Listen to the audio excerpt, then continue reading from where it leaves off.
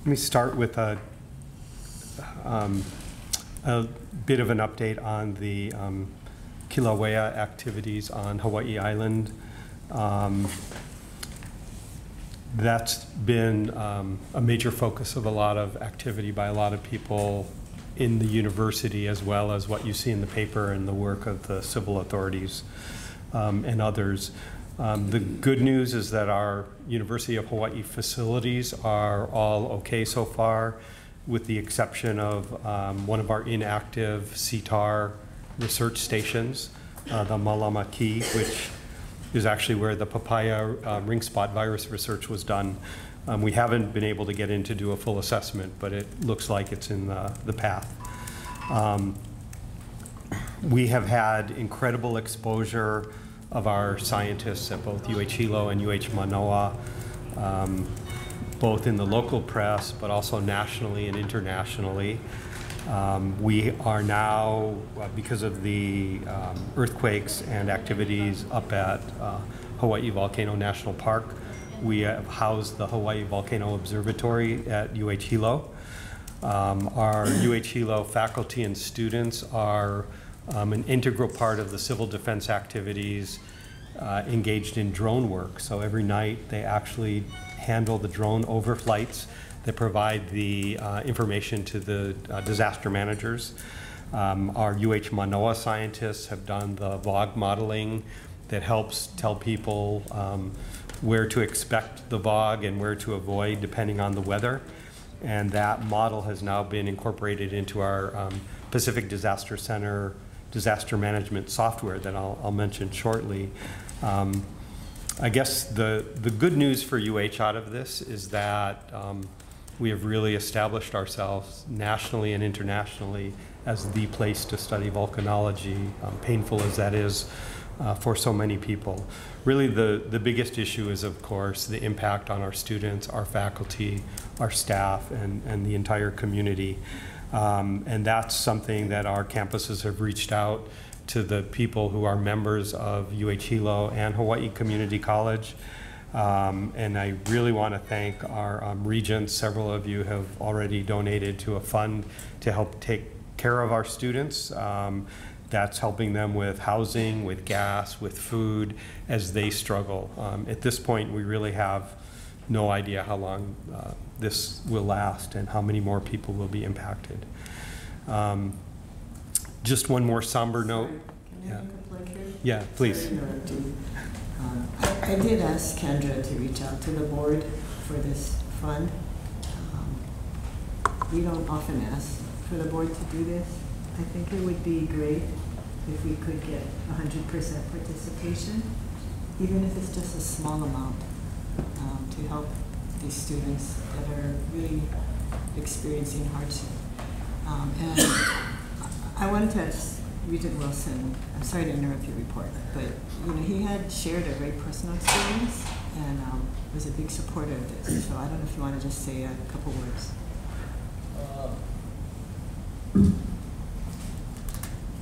I guess I know what it's like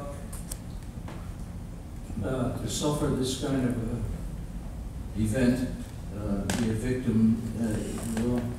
Because back on August 29th, 2005, when I was at the University of Southern Mississippi, along the Gulf Coast of Mississippi, and you all heard about Hurricane Katrina, my wife and I had to evacuate on Sunday afternoon, the 28th, and this tremendous storm came ashore, and we ended up, my wife and I, losing everything that we had. We came back to our home that was no longer there, was just a concrete slab. So then the outpouring that we got from many people, friends and others, really prompted me to say, hey, this is something that we all need to support and show our aloha for the people who are suffering. I just was talking to Uncle Wayne over there this morning about when he was a young man and going to Kapoho and seeing what happened there with tidal crews And as a Hawaiian, and seeing, you know, a good part of the land, the Aina being destroyed by the volcano, I think is, you know, really feel very strongly about supporting that effort. Thank you, Regent Wilson. Thank you.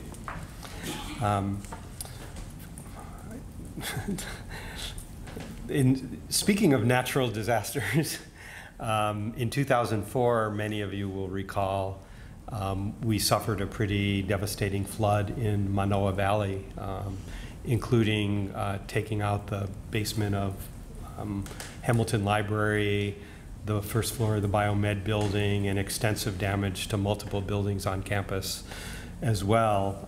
And that was caused by a blockage in Manoa Stream.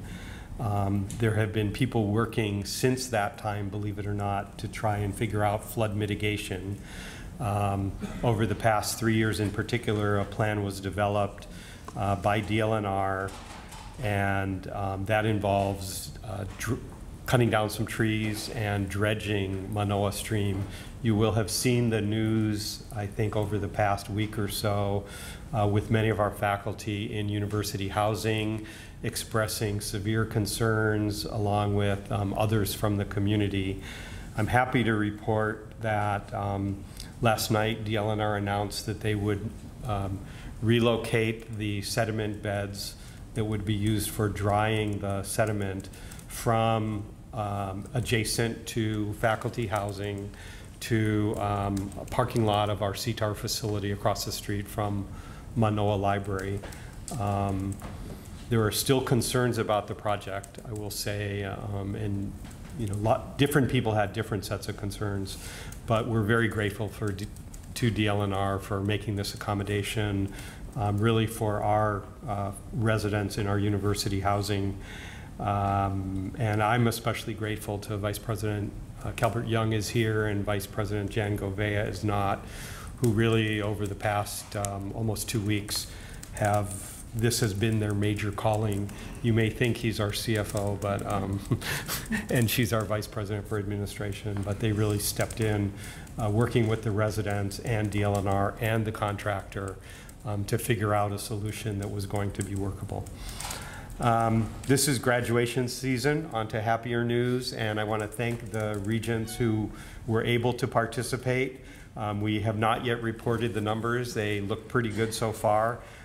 What I really want to highlight this year that's quite different is this is the first year in which we had a significant number of students graduate with associate's degrees from our community colleges before they had their high school diplomas.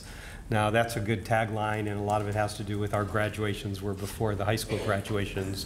But this is work that's been going on going back for several years. And it doesn't happen just in one semester or 1 year or even 2 years. I want to give special credit to, I think I see Manny here, probably his last Board of Regents meeting, happily. But Leeward Community College in particular, working with Waipahu High School, really set the bar for this, and we had a large group from Waipahu High School. But it isn't just Waipahu High School. We had a student from Waianae, we had a student from Waiakea in Hilo, and so this is really taken off, and I'm extremely grateful for the support we've received, not just from private foundations, but increasingly the state is investing in early college programs that are helping our students. And many of those students are moving on to UH campuses, and some are moving on to other places. The stories are amazing, and Dan and his team have done a remarkable job of getting them out into the media. I mentioned the Pacific Disaster Center software, and I just want to highlight the disaster aware software that they've been developing for the past 6 or 7 years. This is a major federal program that we manage on the island of Maui that applies geospatial information to mitigate disasters really throughout the world. It's a Department of Defense funded project. They developed a piece of software, and we have been looking for a while at how to commercialize it. And this spring we did commercialize it. We went into a partnership with a company called Kazing. It is zero risk to the University of Hawaii, so it has only upside where we get a portion of the revenue. And the reason I highlight it is this is the first exercise of the new authority that we received from the legislature last year, establishing the flexibility that we had to put this asset into a joint venture structure. So we're optimistic not just at the revenue that we will get, but in this case we're putting a piece of intellectual property that was developed by the university with federal funds, and hopefully we'll get it out into much broader usage to help prevent the impact of disasters and literally even save lives. I wanted to give an update on the UH Hilo search for a chancellor. That committee has met several times over the spring. They did the initial things search advisory committees do. We did run into a snag. This is one of the searches where we decided we did want to use a search firm to help us broaden the pool nationally, and we were unable to reach contract terms with the search firm we initially decided to work with. Recently we decided to give up, and we're now working with a second firm.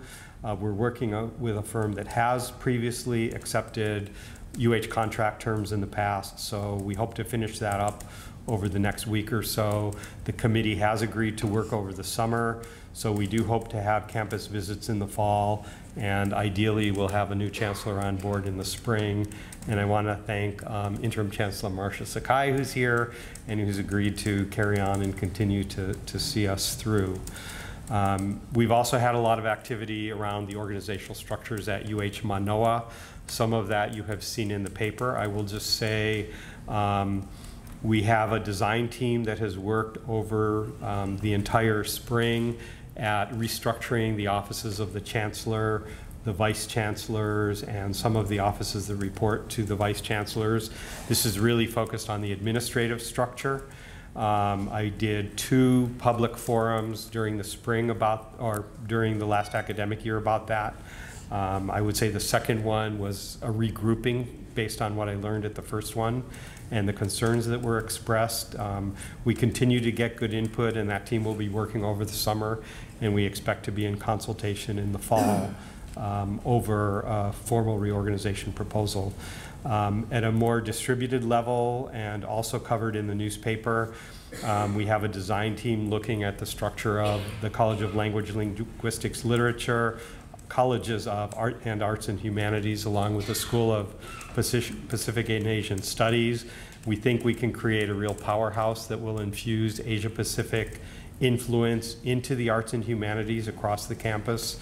And we have a design team that will be working on that again over the summer with the goal of bringing forth a proposal on which we can then have robust consultation in the fall. And similarly, we have a team working on merging the Tim School and Scheidler, and that has also played out in the media. We believe that this is an opportunity to really strengthen our Tim programs and restore some of the luster that we once enjoyed when we were considered one of the best, really one of the top 3 Tim schools in the nation, something we have lost over the past several decades. Let me mention a couple of international matters. Last month, I was invited to attend the 120th anniversary of Peking University. This is considered the Harvard of China. And increasingly, as we try to get into these engagements, I'm looking at how not to just take a trip, but rather how to build a UH presence in other places. So I was delighted that they also invited a hula group of UH students, along with some advisors from Windward Community College and UH West Oahu. We were the only international group invited to perform at the function, and we also performed in a seminar with our partners at the Beijing Foreign Studies University. I signed several agreements with them. I also met with the sponsors of our Confucius Institute. We have one of the most successful Confucius Institute programs in the country, and The most fun was probably an alumni reception that we held. It was the first time we had done anything in Beijing for 20 years with our alumni. We had over 70 people, including alumni flying in from Nanjing, Shanghai, Hong Kong, and even Tibet to reconnect with their UH colleagues and administrators who were there. I think it's a model that will continue to advance. I think most of you know that Prince Akishino and Princess Kiko are here from Japan as part of the celebration of the 150th anniversary of the first Japanese immigrants to Hawaii. I apologize, I will be stepping out in a little over an hour to greet them. They will be visiting UH Mānoa today with a formal event at the Queen Liliuokalani Center for Student Services. The prince is apparently quite an aficionado of horticulture and plants, so he has also asked to visit both Lion Arboretum and also the Lo'i at the Kamaka Kuo'okalani Center for Hawaiian Studies. So I'll make a quick exit, greet him, and then return. You have in your attachments the tenure and promotion actions.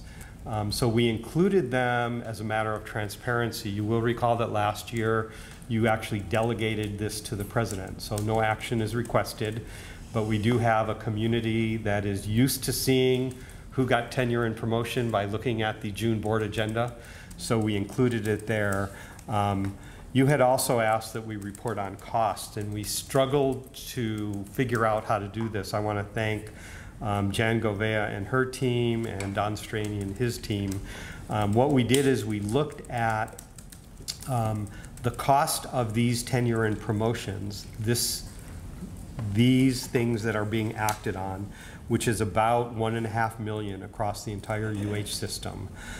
We also looked at the separations that have occurred over the last academic year.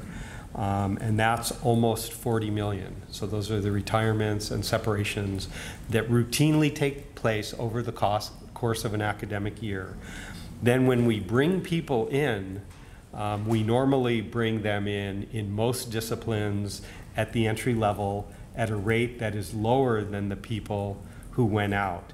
And when we look at those replacements, over the past year, using that as a guide, that number was closer to 30 million.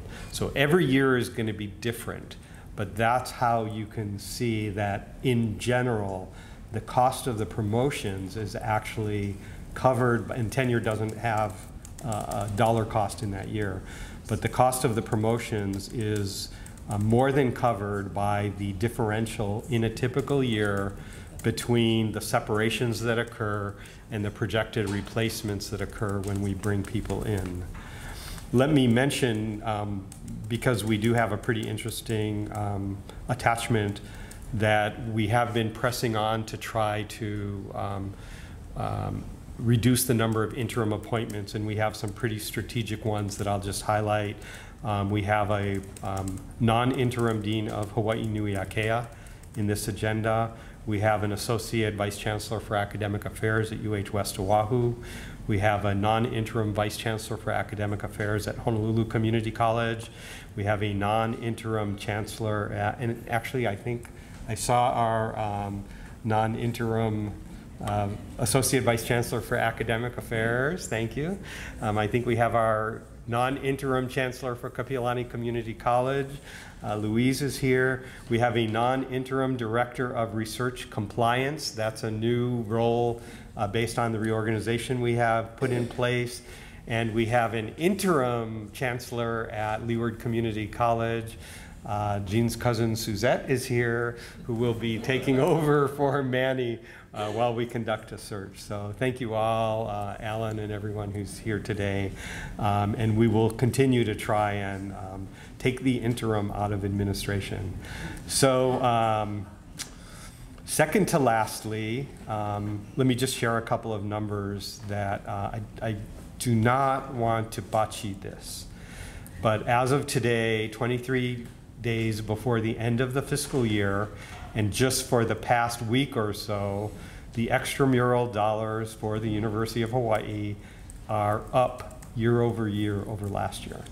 So Vice President Sirmos kept telling you we were going to get there at the end of the year. So we just did the crossover. Special notice to Mānoa, which is up about 5%. Again, that's as of this morning, about 5% over last year, same day in the fiscal year.